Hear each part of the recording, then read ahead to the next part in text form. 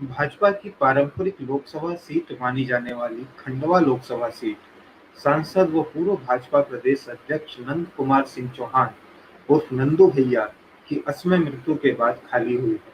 नंदू भैया यहां से 6 बार सांसद रहे हैं। खंडवा, खरगोन, बुरहानपुर तथा देवास, इन 4 जिलों के दायरे में आने वाले इस लोकसभा सीट पर कई सीनियर भाजपा नेता दिलचस्पी दिखा रहे हैं।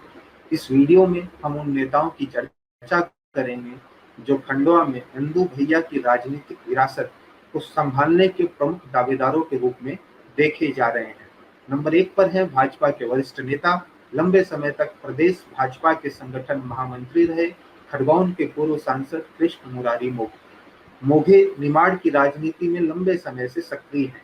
पिछले विधानसभा व लोकसभा चुनाव में भी इन्होंने यहाँ पर प्रमुख भूमिका निभाई थी। हाल ही में हुए बदनावर उपचुनाव में भी मोघे ने संगठनात्मक व चुनावी रणनीति बनाने का प्रमुख कार्य किया था। खरगोन जिले की 2 विधानसभाएं बड़वा व भीकनगांव खंडवा संसदीय क्षेत्र का हिस्सा है। ऐसे में इस लोकसभा सीट से मोघे का व्यक्तिगत लगाव भी है। यही कारण है कि क्षेत्र में मोघे व उनके समर्थक इन दिनों सक्रिय रूप से देखे जा रहे हैं। नंबर 2 पर है शाहपुरा व बुरहानपुर की पूर्व विधायक व राज्य सरकार में मंत्री रही अर्चना चिटनिस, जो पिछले चुनाव में बुरहानपुर से निर्दलीय उम्मीदवार ठाकुर सुरेंद्र सिंह से नजदीकी मुकाबले में हारी थी। अर्चना चिटनिस के पिता क्षेत्र के बड़े नेता रहे हैं।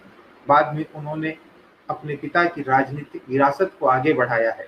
चिटनिस व उनके समर्थक नंदू भैया की मृत्यु के बाद क्षेत्र में पुनः ज्यादा सक्रिय रूप से दिखाई दे रहे हैं तथा इनकी दावेदारी को आगे बढ़ा रहे हैं।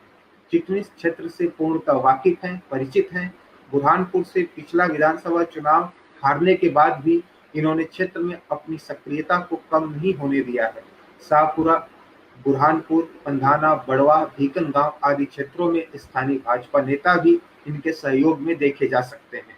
ऐसे में यहाँ चिटनिस की दावेदारी मजबूत मानी जा रही है।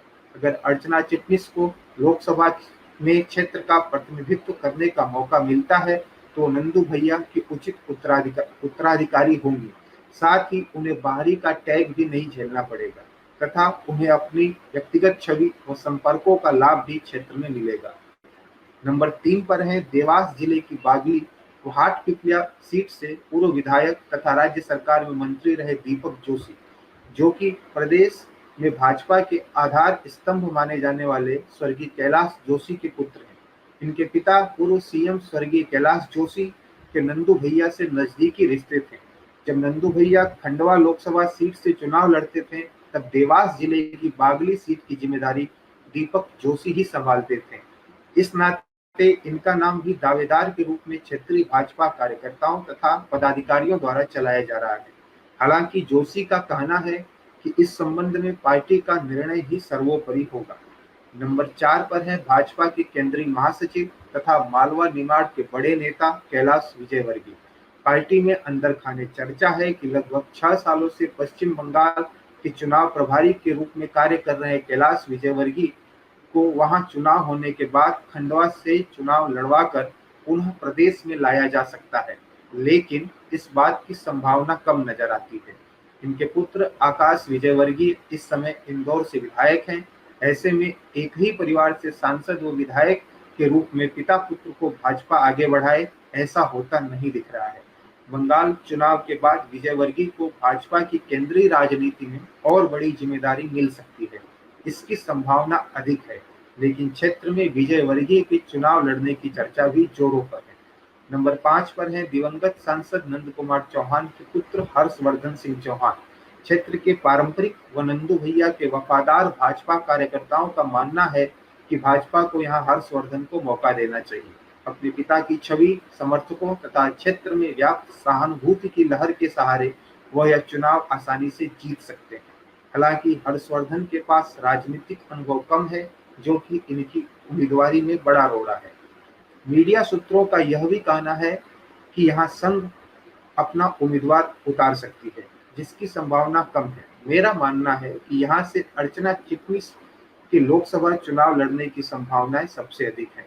कांग्रेस की तरफ से यहाँ पूर्व प्रदेश अध्यक्ष अरुण यादव का चुनाव लड़ना तय माना जाता है। जो कि प्रबल प्रतिद्वंदी हैं। ऐसे में भाजपा को यहाँ मजबूत स्थानीय पकड़ वाला उम्मीदवार ही देना चाहिए। अगर आपको यह वीडियो पसंद आई हो तो इसे लाइक करें, शेयर करें तथा हमारे चैनल को सब्सक्राइब करें। धन्यवाद।